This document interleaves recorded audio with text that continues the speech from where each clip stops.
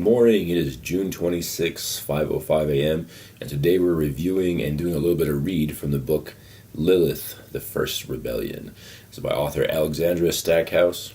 And you may know her as Lee Stackhouse. She does her fiction stuff as Lee Stackhouse. Really great fiction, by the way. I'm going to throw a couple pictures up there.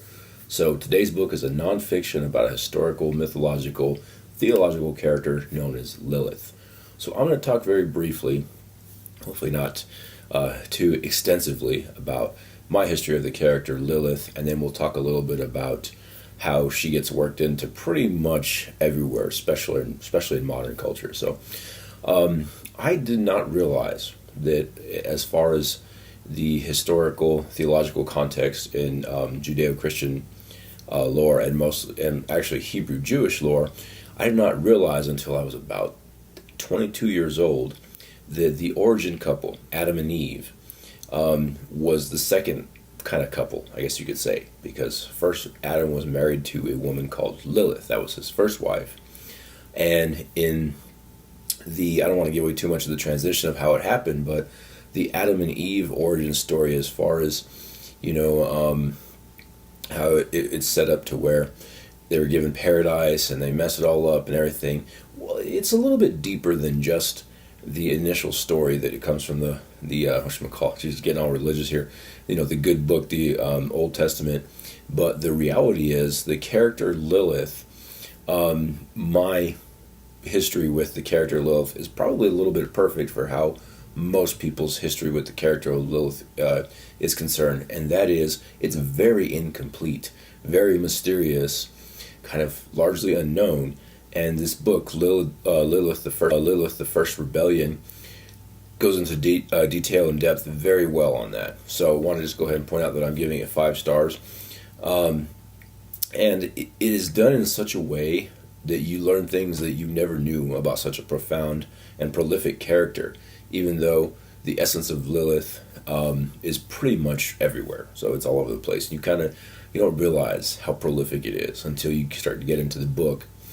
And it was something that I really enjoyed because it gave me all kinds of ideas, because the namesake, Lilith, is one of my characters in one of my series. It gave me all kinds of ideas of where to take it, and little caveats, little tricks, and all those little elements that I can start to include. So, not to bore the audience too quick, I'm going to do a short read, and I'm hoping it's okay with Alexandria, from the book, and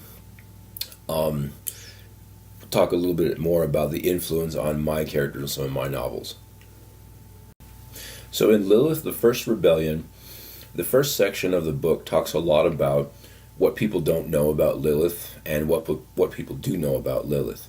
And I'm actually not going to start in the beginning. I'm going to start a little bit further, i.e. page 33, that talks about the origins before the mother of demons, which I think is just a fantastic title for an entry as far as this particular section is concerned. Origins before the mother of demons, Mesopotamia, wind spirits, and cultural fear. I am going to murder this name right away. Lilith and related Mesopotamian spirits. Long before Lilith emerged as a singular woman standing opposite Adam in later Jewish tradition, the older world carried spirits whose names moved through language like fragments carried across floodwater.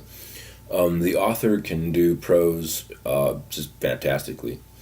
The Mesopotamian world did not begin with one coherent demoness waiting patiently for the future religions to discover her.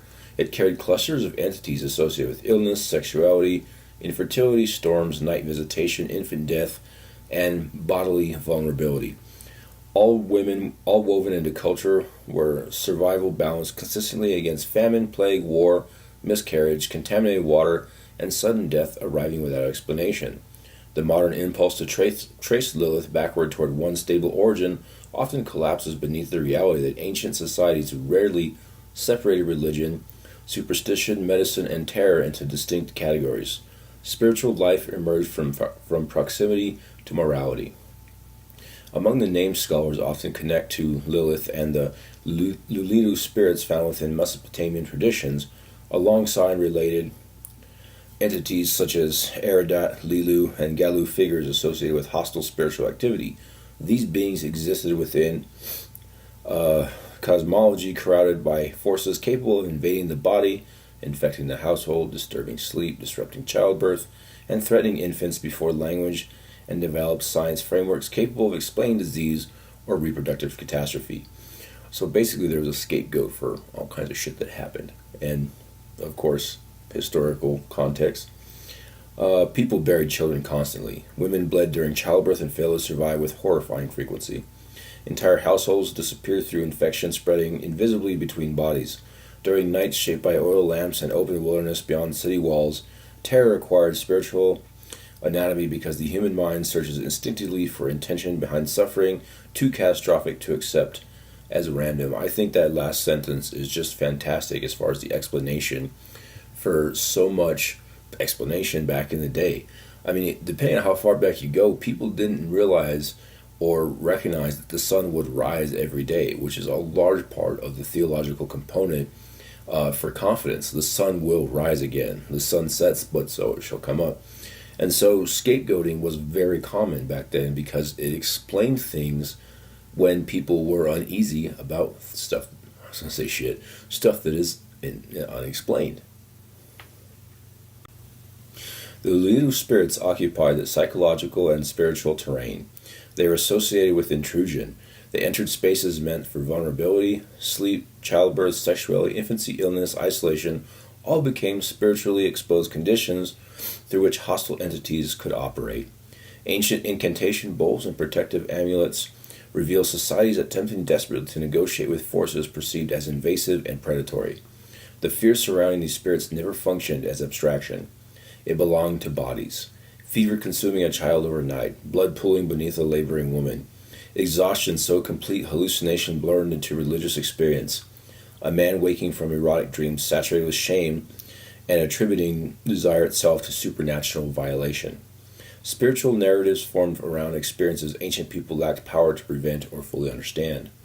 The linguistic roots themselves carry uncertainty, which only deepens the symbolic terrain surrounding Lilith's later development. Terms connected to Lilith appear across. I am going to murder this name, so I'm going to try. I'm going to go ahead and spell a thing right there. Akkadin and Sumerian material in forms resisting easy translation into modern categories. Were these demons, spirits, wind entities, disease personifications, religious metaphors? Ancient cosmologies rarely recognize themselves according to distinctions what contemporary readers expect. The supernatural operated through permeability. Illness possessed spiritual dimensions. Weather carried divine intention. Fertility intersected with cosmic favor.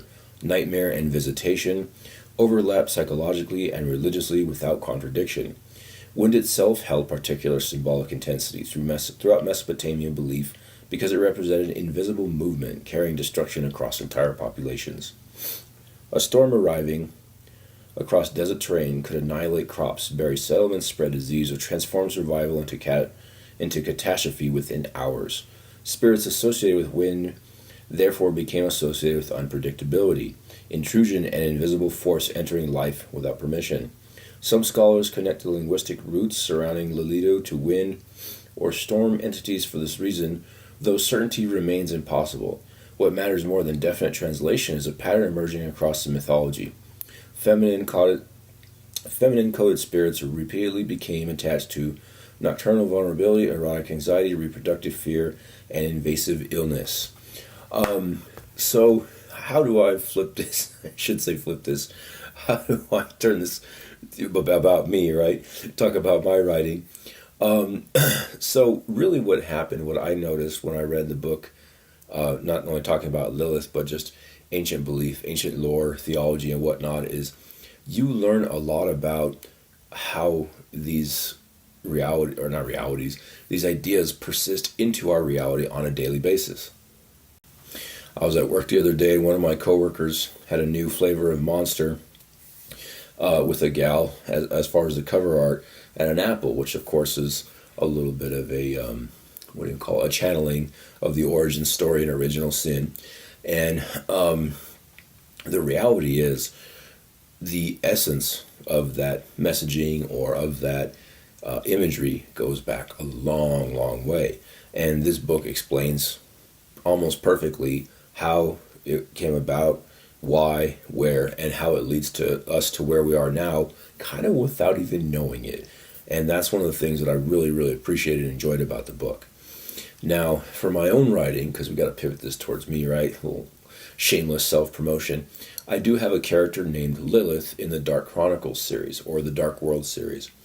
And what she is she, of course, is an elder vampire, vampire, I should say, has been around forever, causing fuss, tearing it up, which essentially is about as traditional as you can get with the Hollywood lore or the mythological lore of Lilith. She's there to wreck shit. And in the book, she has incredible power. She's very influential. She has a little, quite a few, what do they call that? Not just traps set up, but there's a particular word I'm looking for. It's like booby traps, mines. There's quite a few mines set up, so a lot of stuff can happen. And it's funny because as original as I thought it was when I was putting that together so many years ago, to eventually, have into the novelization, I was like, oh yeah, people will, this is going to be so groundbreaking. And at that time, I really thought that I was much younger. Now I realize it's just something that's actually more familiar with people as far as characterization and all that goes. And it really falls in line with what Alexandria was talking about in the book Lilith, the First Rebellion, because it's, as much as we know of this characterization of this particular figure, the reality is we don't know a whole lot about what we see daily or the influence that we are subject to daily. We don't have really an idea of how deep the origin goes. And the book Lilith really explains a lot of that and does so fantastically. So I have to give it many thumbs up. And I will probably, of course, link this particular post to a reading of Dark Chronicles, which I don't think I have read Dark Chronicles Volume 1. I don't think I've done a live reading of any of the chapters. I mean, I know I'll read a chapter and like a month later you might hear another chapter, but whatever. So I believe I must do that. I'll probably start with Volume 1, and then I can go to Volume 2, which Volume 2, there are two vixens. One is Lilith and the other, I don't want to tell you which one it is, because I think it could be a little bit more obscure than the Lilith one. So it might even be something a little bit original. Because I may have realized that Lilith is pretty much everywhere as far as the influence of character, so on and so forth. So, with that being said, 5 stars to Lilith, the First Rebellion. Excellent book. It will not be available till 2027, which is really right around the corner now that I think about it. And there will be a link in description, of course, to pick up a copy. Highly recommend it because it was very fun, informative, and the more you read, the more you realize really what you don't know. So, thank you for sticking with me, and if you have not stuck with me, I tried. And we will see you again next week or the week after.